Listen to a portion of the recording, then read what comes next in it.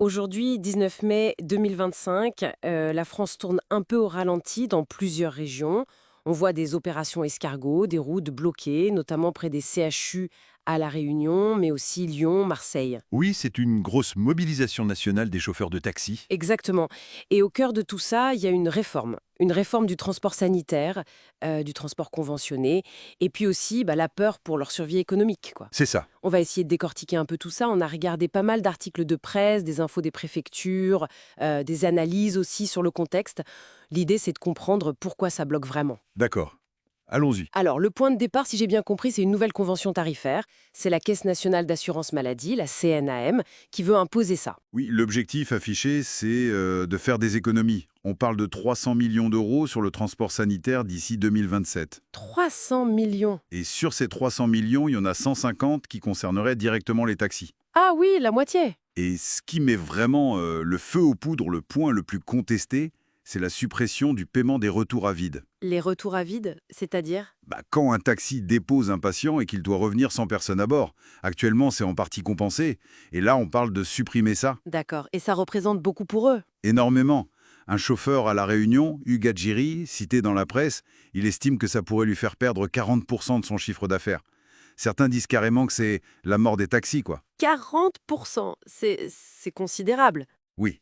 Et s'ajoutent à ça d'autres mesures. Un forfait unique de prise en charge fixé à 13 euros et un tarif au kilomètre unique par département. Donc sans prendre en compte les spécificités locales, le relief, le coût de la vie. Je vois. Et la CNAM justifie ça comment? Juste les économies? Il y a le contexte financier global. Le transport sanitaire, ça coûte cher à la Sécu, 6,6 milliards d'euros. Et ça a explosé, plus 45% depuis 2019. Ah oui, quand même. La moitié de cette somme passe par les taxis conventionnés. Donc la CNAM regarde ça de près. Il pointe l'augmentation du coût moyen par trajet, passé de 49 à 63 euros en 10 ans, et il suspecte peut-être des abus, ou en tout cas une optimisation possible. Et les taxis, ils répondent quoi à ça? Eux, ils mettent en avant d'autres facteurs. Le vieillissement de la population, l'augmentation des maladies chroniques qui nécessitent plus de transport, et surtout, l'effet des déserts médicaux. C'est-à-dire que les gens doivent aller plus loin pour se faire soigner? Exactement. Les distances s'allongent, donc forcément les coûts de transport augmentent.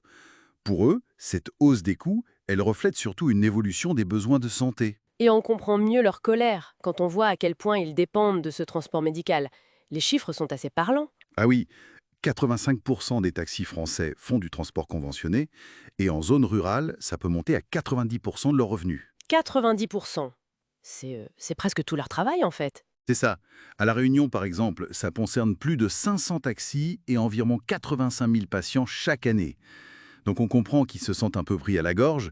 Ils parlent de passage en force de la CNAM. Et au-delà de l'argent, il y a aussi le rôle qu'ils jouent, non?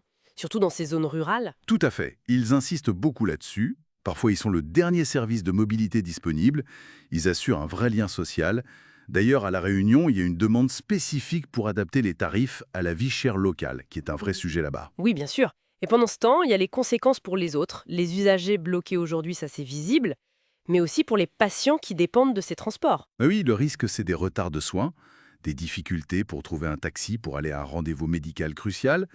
Et il y a aussi cette autre mesure qui fait beaucoup parler, l'obligation de transport partagé. Ah oui, le fait de devoir prendre plusieurs patients en même temps. C'est ça. Sauf raison médicale impérieuse, la règle serait de regrouper les patients. Mais les taxis sont très réticents. Ils disent « on transporte des gens, pas des cartons ». On imagine que c'est compliqué de gérer plusieurs personnes malades en même temps. Oui, avec des horaires différents, des destinations différentes, des états de santé parfois fragiles, ça complexifie énormément leur travail et ça peut, selon eux, nuire à la qualité de l'accompagnement. Et sur le terrain, la mobilisation est forte, hein. On a vu des images de barrages filtrants devant les hôpitaux, comme au Chor ou au CHU Nord à La Réunion. Des blocages complets aussi sur la tête-voie de JO, par exemple.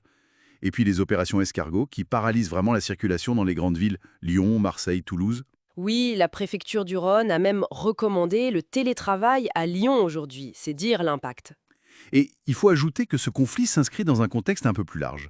Il y a toujours la pression de la concurrence des VTC en arrière-plan, même si ce n'est pas le sujet direct aujourd'hui. Oui, ça reste un irritant pour la profession. Et puis le cadre réglementaire général qui se durcit aussi, Par exemple, l'obligation récente de se connecter au registre Le Taxi pour être géolocalisé. Bon, après, ce genre de mobilisation forte des taxis n'est pas complètement inédit, hein. On se souvient de la grève historique à Montréal en 1969, par exemple. D'accord. Alors, si on essaie de synthétiser un peu tout ça, qu'est-ce qu'il faut retenir? On a clairement une tension entre, d'un côté, l'État qui doit maîtriser les dépenses de santé qui augmentent fortement, Oui, une nécessité comptable, en quelque sorte. et de l'autre, la crainte, tout à fait légitime, des chauffeurs de taxi pour leur activité, pour leur gagner-pain. Exactement. Et ça met en lumière aussi des questions plus profondes sur notre système de santé. Comment on gère les coûts, l'accès aux soins partout, l'efficacité des parcours qui génèrent tous ces transports. C'est tout le système qui est interrogé finalement. Tout à fait. Et ça soulève une question importante, je trouve. Au-delà de ce bras de fer économique immédiat, est-ce que cette crise ne révèle pas une certaine fragilité dans l'organisation même du transport des malades? Surtout dans les zones un peu périphériques ou avec des spécificités comme la Réunion. Oui. La question finale, c'est qui doit absorber le coût de cette optimisation qu'on cherche à faire? Est-ce que ce sont les transporteurs? Est-ce que ce sont les patients, indirectement? Ou est-ce que ça ne demande pas une réorganisation plus globale du système de soins pour mieux anticiper et gérer ces flux? Une question essentielle, en effet. Merci pour cet éclairage.